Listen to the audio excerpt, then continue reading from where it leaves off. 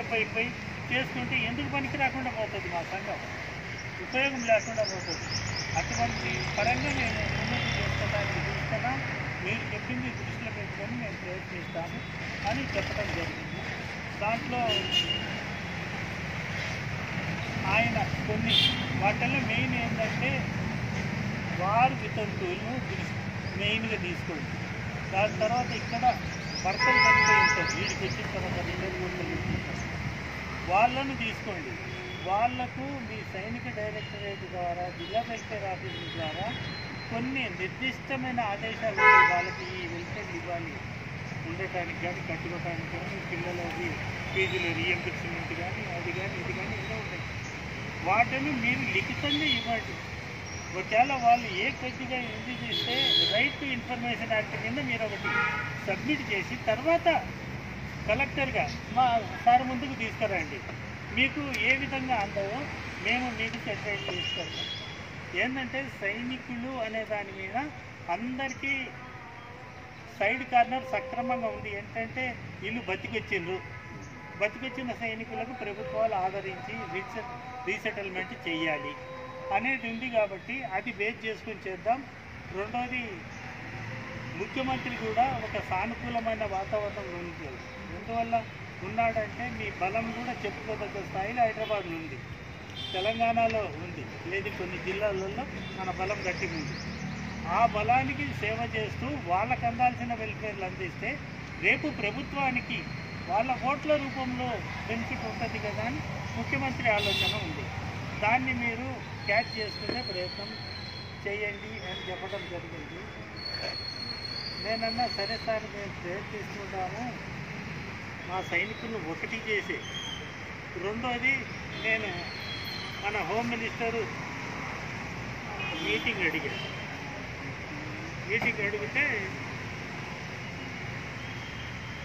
इसको नमस्ते रखा, टोकरी हाथ में लेके अच्छा टोपी रखूंगा करके इसको क्या टोकरी का सलूट मारना पड़ता बोल के दोनों हाथ से इलेक्शन का मोमेंट है ना। वक्का तो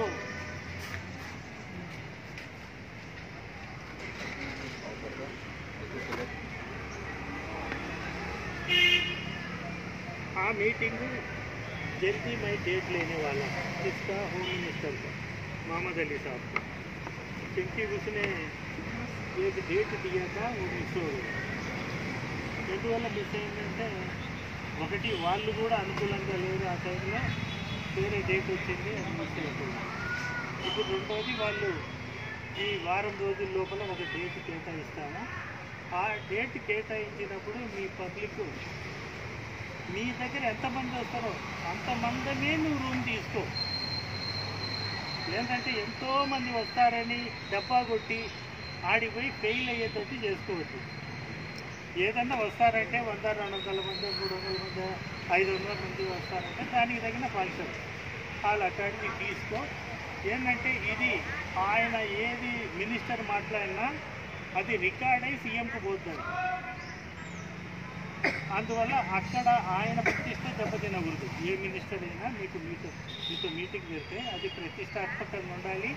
వాళ్ళు చెప్పే మాటలు రికార్డ్ అవుతాయి కాబట్టి దాని మీద ప్రభుత్వం టేకప్ చేస్తుంది, అంటే పనిచేయడానికి సంసిద్ధత తెలుపుతుంది. కాబట్టి దాన్ని దృష్టిలో పెట్టుకుని చేసుకోవడం ఒకటి. మీకు ఇన్ఛార్జ్ అనేది ఆయన హోమ్ మినిస్టర్ పరంగా మహమ్మద్ అలీ, రెవెన్యూ పరంగా కూడా ఆయన చూసుకోవాలి. మీ మాటల మీద ఆధారపడింది.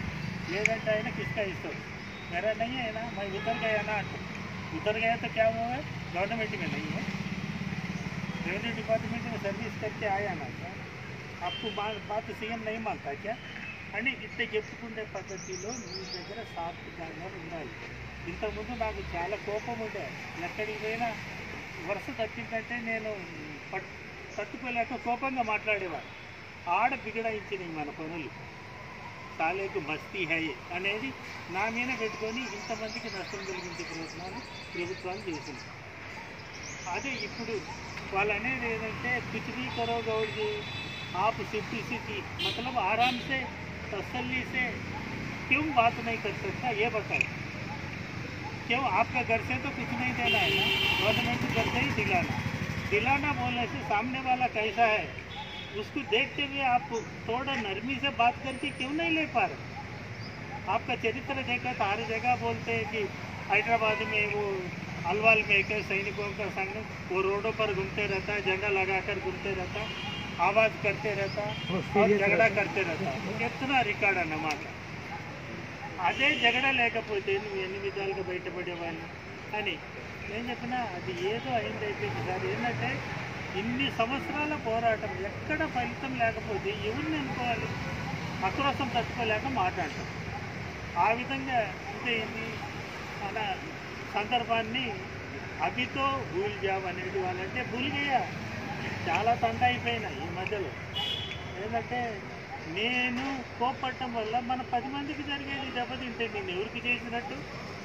అదే నేను సింప్లిసిటీగా మెత్తగా ఉండి చేసుకుంటే నష్టమేం లేదుగా. ఆ విధంగా అని చెప్పి నేను పాత వాళ్ళ సైనికులందరినీ కూడా రమ్మని చెప్తుంటా. కొంతమందికి ఫోన్లు చేసినాను. కాంటయ్య ఇప్పుడు ఏంటంటే మనం కలిసి సాధించుకుంటే కలసి శుద్ధం అన్నట్టు ఆ విధంగా చేసుకొని సాధించుకున్నాము. ఎవరు మనసులో పెట్టుకోని కాకండి. మీ మనసులో ఏదన్నా ఉంటే నేరుగా అడగండి. నీ ఈ పొరపాట్లు ఉన్నాయంటే చక్కదిద్దుకుంటా. ఏంటంటే మనం 10 మందికి పనిచేయాలన్నప్పుడు చక్కదిద్దుకొని పోతాం కాబట్టి పోవాలి. దీనికి మధ్యలో ఏంటంటే మనీ ఇన్వాల్వ్ అయింది, ఖర్చుతో కూడుకున్న వ్యవహారాలు. నేను అది 100% ఓపెన్గా ఎక్కడ చెప్పినా కూడా సబ్స్క్రిప్షన్ మాటే చెప్పగలుగుతాం. మంత్లీ సబ్స్క్రిప్షన్ అనేది ప్రతి ఒక్కరు కట్టాలి.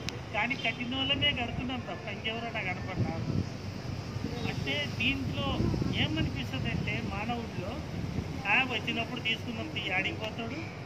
వచ్చినప్పుడు మనం 1 సాల్ కా దేవు 2 సాల్ కా దేవు అన్నా కూడా ఇచ్చేద్దాం. ఏమైంది రాకపోయింది అనుకో అప్పుడు పైసా బతికేయనని ఆ చక్కర్లో ఈ పబ్లిక్ ఉన్నారు తప్ప ఈ సమస్యల నుంచి బయటపడాలంటే మనీతోటి సంబంధం అనేది వాళ్ళు ఆలోచించలేకపోవడం దురదృష్టం అనేది. ఇది రెండోది తలా 5,000 కట్టాలని చెప్పింది. అక్కడ నాకు వరకు ఇప్పటి వరకు 11 మంది మాత్రమే కట్టింది. చెప్తున్నా అది ఎందువల్ల అంటున్నానంటే రెవెన్యూ డిపార్ట్మెంట్ ఇప్పుడు మన ముందుకు రాబోతుందంటే దానికి ఇంకా మూమెంట్ పెట్టుకొని సర్వేకి పోయిందంటే ఆడ అన్నీ వాళ్ళు ఫుల్ఫిల్ చేసుకుంటూ పని చేసుకోవాల్సి. అందువల్ల దానికి గురించి నేను మన వల్ల చెప్పిన పోతే 5,000 కదా పోయేది చాలా రంగయ్య గౌడికి చేదే చాలా మధ్యది అని చెప్పుకొని ఇవ్వండి. నా పని అయితే నన్ను చేసుకొని ఇవ్వండి. మీ డబ్బుని తినైతే నేను ఎక్కడ ఇది కావడం లేదు. బాగా గుర్తుపెట్టుకోండి. నా చరిత్ర కానీ నా పరిశీలన కానీ నా ఇంటి వాతావరణం కానీ చూడండి. ఎక్కడ కూడా ఈ పైసలతో ఏదో చేయాలనే ఆలోచన నాకు లేదు. ఏదో సాధించాలనే ఆలోచన బట్టి నేను ఈ మూమెంట్ పెట్టుకొని పనిచేస్తుంది. ఏంటంటే ఎంతోమంది ఎన్నో చెప్తారు కానీ దాంట్లో నీతి నిజాయితీ సత్యం ధర్మం అనేది నీలో లేకపోతే నువ్వు మానవుడే కాదు. అంతా ఎనిమిది వల్ల దొంగలమైపోయినాం సమాజంలో. ఎక్కడ దొరికితే ఆనేదో ఎక్కడ నీ బొంద మీద వేసుకొని పోతావు. అందరి డబ్బులు ఎక్కడికి తీసుకుపోతావు? నీకు వచ్చే దాంట్లోనే తృప్తి పడలేకపోతే నీకు పబ్లిక్ నుంచి వచ్చే దాంట్లో తృప్తి పడతావు.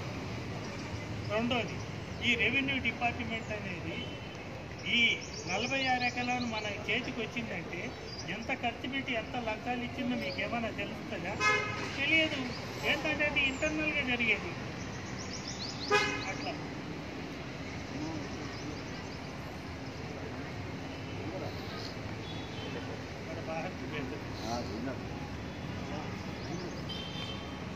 అట్లా దీన్ని